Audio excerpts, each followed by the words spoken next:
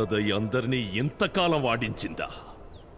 ప్రపంచం మొత్తానికి తెలిసిన కాకతీయ రహస్యం ఎప్పుడా ఈ మహదేవుడికి తెలిసేది? మదనిక కూడా ఇంత ద్రోహం చేసిందా? ఇదా మీ వేగుల నిర్వాకం?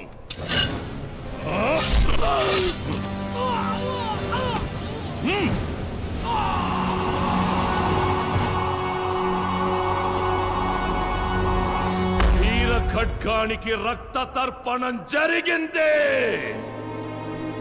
కాకతీయ సామ్రాజ్యంపై జరిగే ఈ దండయాత్ర ఆ కురుక్షేత్ర సంగ్రామాన్ని మరిపించాలి. అశోకుడి కళింగ యుద్ధంలోని శవాల గుట్టని మించాలి. సైనికులారా, పూరించండి సమర శంఖారావం.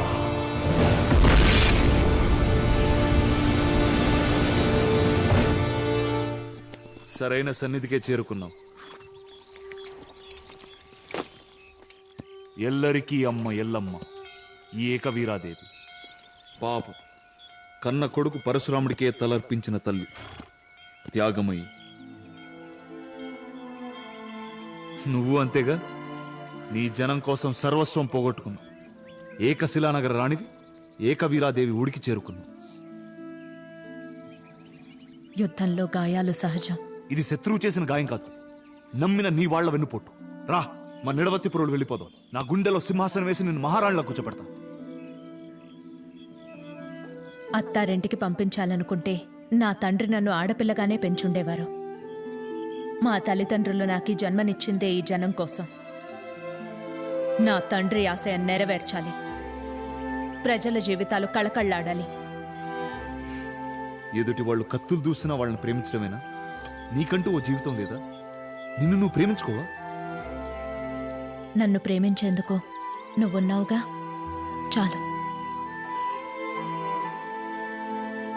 అయినా రుద్రమదేవిని ఓరుగల్లుని ఎవరూ వేరు చేయలేరు. ముచ్చటేస్తుంది నీ మాటలకి. సబాష్! ప్రతి వీరుడి విజయం వెనక ఒక స్త్రీ ఉన్నట్లే నీలాంటి వీరనారి వెనక నేనుంటా. చెప్పు, ఏం చేయమంటావు? నా సైన్యంతో హరిహర మురారి దేవులపై దండెత్తమంటావా?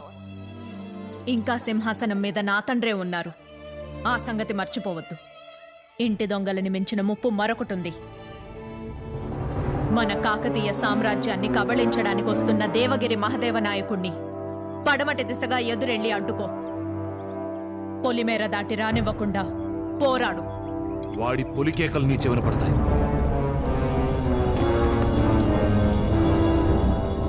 ఇప్పుడు మనం దేవగిరి శత్రువుల కన్నా దాయాదుల కుట్ర గురించి అప్రమత్తం కావాలి. మీ ఆట కట్టింది అన్నగారు. రాజమందిరంలోని స్వరంగ మార్గం కూడా బయటపడింది. అదే మహదేవుడి సైన్యానికి రాజమార్గం అవుతుంది. శత్రువులతో చేతులు కలుపుతావా? సింహాసనం కోసం తలలే తీస్తాం. ఇక చేతులు కలపడాలు కాళ్ళు పట్టుకోవడాలదేముంది. శివదేవయ్య, మా అసలు శత్రువు నీ బుద్ధి బలమే.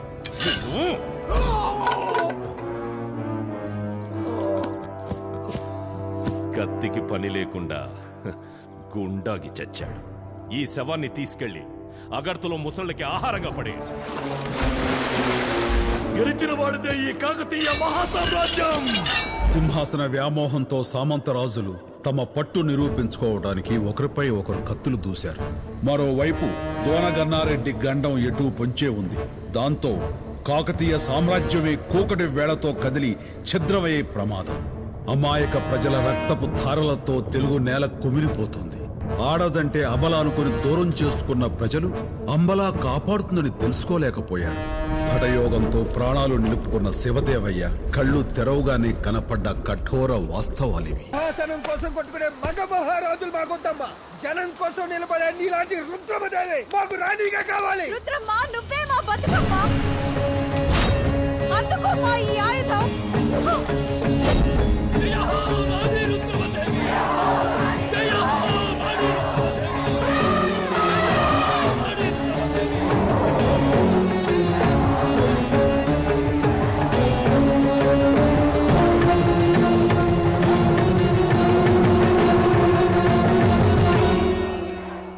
ప్రభు, శివదేవయ్య బతికే ఉన్నాడు. ఆ రుద్రమదేవి భద్రకాళ్ళ మన మీద, అదే మీ మీద యుద్ధానికి బయలుదేరింది.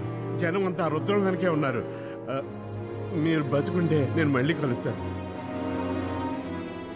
కత్తి చేత పడితే రుద్రమదేవి 1000 మందిని ఉన్న పలాన నరుకుతుంది.